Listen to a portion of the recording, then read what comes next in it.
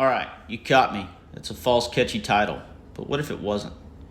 What if there really was a way for the hunting community to create our own public land to counteract with the problems we are facing with access and congestion today?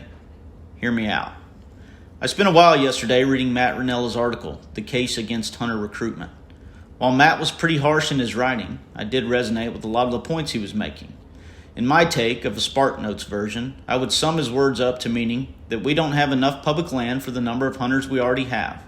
The money from the R3 program could be used better elsewhere, and nobody wants to see their favorite hunting spots become even more congested than they already are.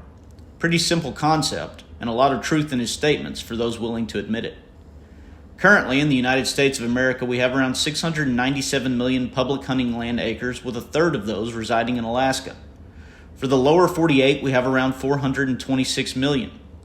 Sounds like a lot at first glance, but when you divide that by the 15 million resident hunting license sold last year, that only leaves 28 acres per person if everyone decided to hunt public lands instead of paying for guided hunts on private or purchasing their own property.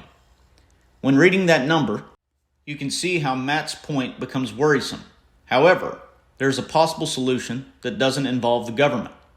In an article I discovered on the Rocky Mountain Elk Foundation website, I read that each year hunters contribute around $1.6 billion to conservation.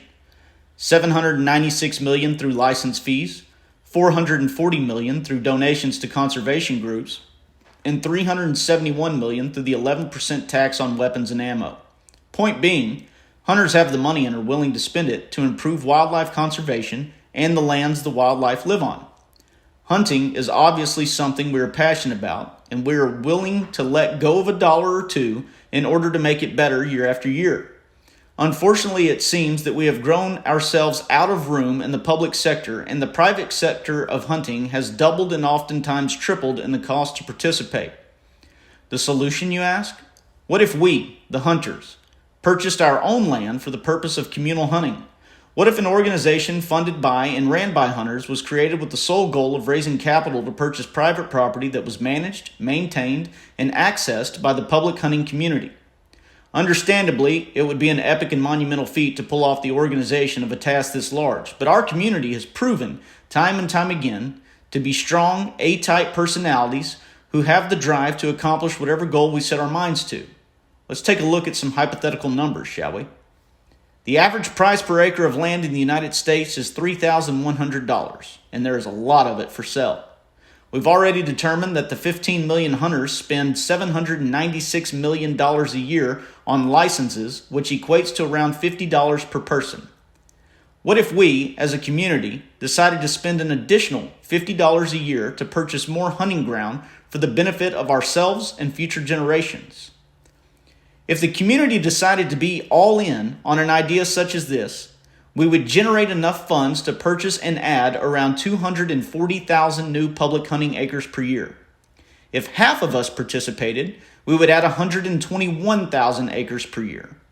If a quarter of hunters participated, we would add 60,500 acres per year. And if only 10% of hunters participated, we could add roughly 24,000 new acres of public hunting land per year.